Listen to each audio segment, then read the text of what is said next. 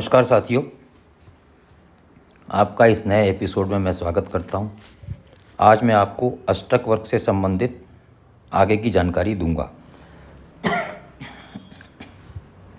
पिछले अंक में मैंने आपको बताया था कि अष्टक वर्ग का उपयोग दशाओं के फल में और गोचर के फल में किया जाता है और अष्टक वर्ग आपको आसानी से किसी भी सॉफ्टवेयर से बनाया मिल जाएगा। अष्टक वर्ग में क्या होता है कि प्रत्येक ग्रह की, जो भी हमारे सातों ग्रह हैं, राहु केतु को नहीं लेते,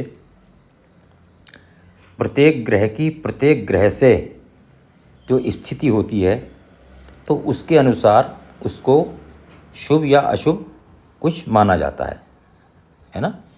ये सिद्धांत हमारे ज्योतिषाचार्यों ने लिखे हुए हैं और उसको एक शुभ जब होता है तो उसको एक बिंदु का रूप दे दिया जाता है और जब वो अशुभ होता है तो उसको एक खड़ी रेखा के रूप में बताया जाता है।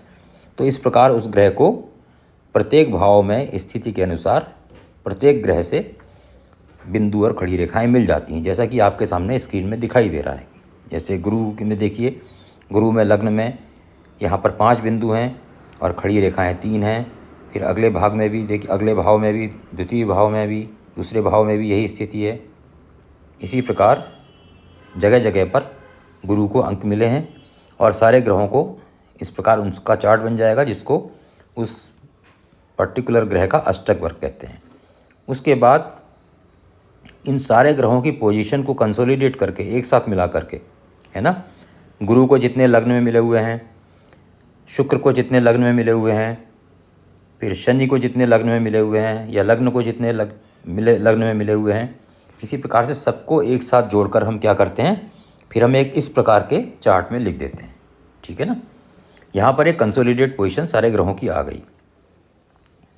तो जब हम फल कथन कहेंगे तो हमको उस ग्रह का, उस पर्टिकुलर ग्रह का भी हमको अष्टक वर्ग देखना है और साथ के साथ हमको ये जो कंसोलिडेट पोजीशन है, सर्वाष्टक वर्ग जिसको कहते हैं या समुदाय अष्टक वर्ग भी कहते हैं, उसको भी साथ में रहकर सम्मिलित करके, दोनों को मिला के, दोनों को समझकर फिर हमको फल कहना है। ठीक है ना। और ये भी मैंने आपको बताया था कि 25 से कम में अशुभ फल होंगे और 25 से 30 के बीच में मध्यम फल, मतलब शुभ भी होंगे अशुभ भी होंगे, और 30 से ऊपर मोस्टली शुभ फल होंगे। अब मैं आपको एक और उदाहरण थोड़ा एग्जॉस्टिव बता रहा हूँ, थोड़ा सा ध्यान से उसको नोट कीजिएगा कि एक प्रश्न उठता है कि मान लीजिए गुरु गोचर में इस समय किस में है, मेष राशि में चल रहे हैं, आपको सबको पता ही है ना। वैसे ही उदाहरण ले लेते हैं। तो क्या गुरु मेष राशि में साल भर रहेंगे तो क्या अच्छा ही फल देंगे या बुरा फल देंगे, या कोई और ग्रह होगा, मतलब मान लीजिए शनि है, कहीं किसी भाव में 2.5 साल रहेंगे तो 2.5 साल बुरा फल देंगे या अच्छा फल देंगे, ये कैसे पता चलेगा। तो इसके लिए हमारे आचार्यों ने क्या किया कि उन्होंने एक राशि जो 30 अंश की होती है उसको 8 भागों में विभाजित कर दिया, जिसका प्रत्येक अंश 3/45 का होता है ना। और उन्होंने देखिए 8 भाव जो थे, ये मैंने 8 इसमें यहाँ लिखे हुए हैं, और उनको ये फिक्स रहेगा किसी की भी कुंडली के लिए। तो पहला जो भाग था 0 डिग्री से 345 डिग्री का, ये शनि का हिस्सा है, ये हमेशा ये फिक्स है, चाहे आपकी कुंडली हो चाहे मेरी कुंडली हो। और दूसरा हिस्सा गुरु का, तीसरा मंगल का, इसी प्रकार उन्होंने, और सबसे आखिरी हिस्सा लग्न का रहेगा। ठीक है। तो ये हमारे मनीषियों ने इसको 8 भागों में विभाजित कर दिया। और अब हम देखते हैं इसमें कैलकुलेशन कैसे करनी है। तो अब हम एक उदाहरण लेते हैं, जैसे कि गुरु जो हैं, हम गुरु का देखते हैं, गुरु को उदाहरण लेके देखते हैं। तो गुरु इसमें 7 डिग्री के हैं, ये मान के चलिए अब। ठीक है।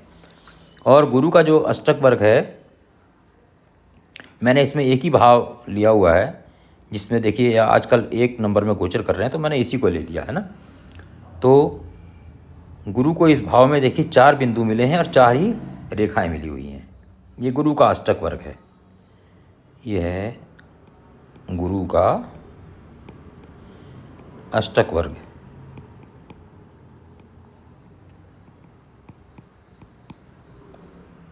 है ना। और इसमें हम अभी एक ही भाव एग्जाम्पल के लिए ले रहे हैं, बाकी सब भावों में भी मार्क्स वगैरह या बिंदु और रेखाएं मिली होंगी। तो अब हम कैसे पता चलाएंगे कि गुरु इस 1 साल के पीरियड में कब अच्छा फल देंगे और कब बुरा फल देंगे? तो आइए देखते हैं इसमें।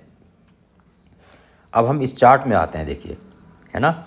हाँ, इससे पहले ये आप ये भी नोट कर लीजिए कि गुरु को जो 4 बिंदु मिले हैं, वो एक तो लग्न ने दिया है, दूसरा चंद्रमा ने दिया है, तीसरा मंगल ने और चौथा गुरु ने ही दिया है अपने आप को। इस प्रकार ये 4 बिंदु ऐसे ऐसे करके मिले हैं, इन 4 लोगों ने गुरु को दी हैं। तो अब हम कैसे इसको निकालेंगे कि पहला पॉइंट देखिए, जब गुरु 0 डिग्री से बढ़ेंगे ना, गुरु देखिए यहाँ से आए 12 नंबर से, इस राशि से चलते चलते आए गुरु, यहाँ से ऐसे करके आए, और जब 1 नंबर में यहाँ भाव में पहुँचे तो 0 से शुरू किया होगा गुरु ने, है ना। 0 से शुरू करेंगे तो 0 से चलते चलते क्या करेंगे, देख जब 3:45 तक जाएंगे तो शनि का भाव है, तो शनि ने नंबर तो दिया नहीं गुरु को, है कि नहीं, मैंने इन 4 ने दिए हैं, तो गुरु यहाँ पर अशुभ फल देंगे, ठीक है ना। जब इस हिस्से में रहेंगे गुरु गोचर में चलते चलते तो अच्छा फल नहीं देंगे। अभी मैं खाली एक गुरु को ले रहा हूँ, बाकी परिस्थितियाँ भी हमको देखनी हैं। मैंने आपको ये सिद्धांत बताया है कि ज्योतिष में एक ग्रह को, एक सिचुएशन को देख के कभी फल नहीं कह सकते हैं, है ना। लेकिन चूंकि हम एक उदाहरण ले रहे हैं इस समय समझाने के लिए, तो हम ये मान के चल रहे हैं कि जो भी है यही है, एक ही पॉइंट ले रहे हैं, अदरवाइज़ आपको पूरी कुंडली देखनी है। तो जब शनि के इसमें पहले भाव में 3:45 तक रहेंगे तो अशुभ फल देंगे। अब दूसरा हिस्सा गुरु का अपना हिस्सा है 3:45, 7:30, है ना। तो इसमें गुरु ने नंबर भी दे रखे हैं, एक बिंदु दिया हुआ है, तो गुरु जब तक इस हिस्से में रहेंगे, इस पोर्शन में रहेंगे, तो क्या करेंगे गुरु, अच्छा फल देंगे। इसी प्रकार मंगल ने भी इनको फल दिया, अब नेक्स्ट मंगल का आएगा तो यहाँ पर मंगल में भी अच्छा फल देंगे, ठीक है।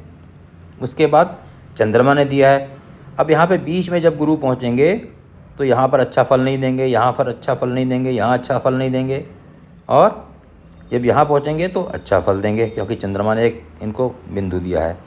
जब लग्न में पहुँचेंगे तो पुनः अच्छा फल देंगे। जब लग्न वाले हिस्से में पहुँचेंगे, मतलब जब यहाँ पर 30 डिग्री में यहाँ पर पहुँचेंगे गुरु, है ना, लास्ट में, तो इस प्रकार हम इसका फल निकाल सकते हैं। अब दूसरा इसमें एक छोटा सा एक क्वेश्चन और है जो कि आपके मन में आया होगा कि ये तो हमने पता चला लिया, लेकिन अब हम ये कैसे पता चलाएंगे कि ये कौन सा समय होगा। तो समय कैसे होगा, गुरु का देखिए लगभग क्या हो रहता है, लगभग 12 माह का एक गोचर रहता है। तो 12 माह को हम 8 भागों में हमने बांटा है यहाँ पर, तो 12 माह को हम 8 से डिवाइड कर लेंगे, तो ये आ जाएगा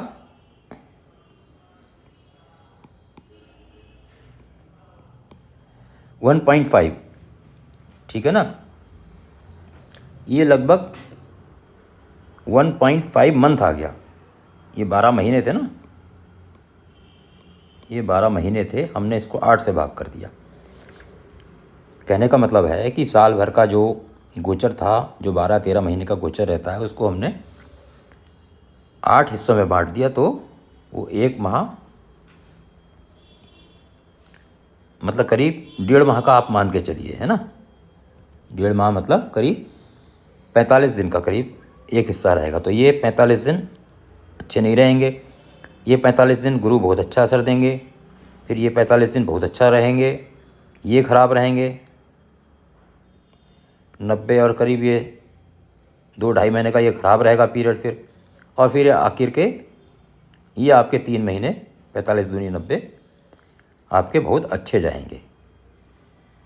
तो मैं समझता हूँ कि आपकी समझ में आ गया होगा। आप इसको थोड़ा सा दोबारा समझेंगे, ध्यान से समझेंगे, तो ये आपकी समझ में आ जाएगा। इस प्रकार हम किसी भी ग्रह का निकाल सकते हैं, है ना। मैंने आपको पहले भी बताया हुआ है किसी अपने वीडियो में कि किस ग्रह की गोचर की अवधि एक राशि में कितनी होती है। जैसे शनि की 2.5 वर्ष होती है, गुरु की 12 या 13 महीने होती है, कभी घटती है कभी बढ़ती है, और इसी प्रकार सूर्य की 1 माह होती है ना। चंद्रमा की 2.25 दिन होती है, 2.25 दिन में चंद्रमा एक भाव पार कर लेते हैं, तो ये सब आप उसमें देख सकते हैं और उसके हिसाब से अपना समय निकाल सकते हैं कि कितना कौन सा समय ख़राब है, कौन सा समय अच्छा है। तो यहाँ पर फिर मैंने आपको ऊपर बताया था अभी कि जिस ग्रह के गोचर का विचार करना हो तो उसके अपने अष्टक वर्ग के साथ सर्वाष्टक वर्ग में प्राप्त बिंदुओं पर विचार करके संयुक्त करके दोनों को कि कहाँ पर अच्छा है कहाँ बुरा है, फिर फल कहना चाहिए। अब मैंने देखिए अष्टक प्लस सर्वाष्टक, ठीक है ना, दोनों को देखना है और तब कहना है। तो मैंने एक उदाहरण दिया है आपको छोटा सा, थोड़ा और क्लियरिटी के लिए। यहाँ देखिए 5 बिंदु हैं और 29 पॉइंट्स मिले हुए हैं, तो ये अच्छा फल है। 5 बिंदु मिले हैं लेकिन सर्वाष्टक में 20 ही मिले हैं, तो ये खराब फल है। अष्टक वर्ग में 3 थे और सर्वाष्टक में 25 थे, तो ये भी खराब है। अष्टक वर्ग में 6 बिंदु मिले हुए हैं और सर्वाष्टक में भी 32 पॉइंट मिले हैं, तो ये बहुत अच्छा है, ठीक है ना, समझ में आ गया होगा। देखिए यहाँ भी अच्छा, यहाँ भी अच्छा। उसके बाद अष्टक वर्ग में केवल 2 बिंदु मिले हुए हैं और यहाँ पर भी सर्वाष्टक में बहुत कम अंक मिले हुए हैं 20, तो ये बहुत ख़राब हो गया। तो मैं आशा करता हूँ कि आपकी सबकी समझ में अवश्य आया होगा। अब अगले वाले अंक में भी मैं आपको फिर इस पे अष्टक वर्ग पे ही आपको कुछ और चीज़ें बताऊँगा कि ये फल संबंधित कि कौन से ग्रह के कहाँ पर होने से कैसा फल होगा, कैसा फल कहना चाहिए, और उसमें थोड़ी सी आपको क्लैरिटी आएगी। तो मिलते हैं अगले अंक में। आप लोगों से एक छोटी सी रिक्वेस्ट है कि आप लोग कोई सब्सक्राइब नहीं करता है। मैं देख रहा हूँ कि एक हफ्ते से किसी ने एक ने भी सब्सक्राइब नहीं किया, बल्कि कुछ लोगों ने अनसब्सक्राइब कर दिया।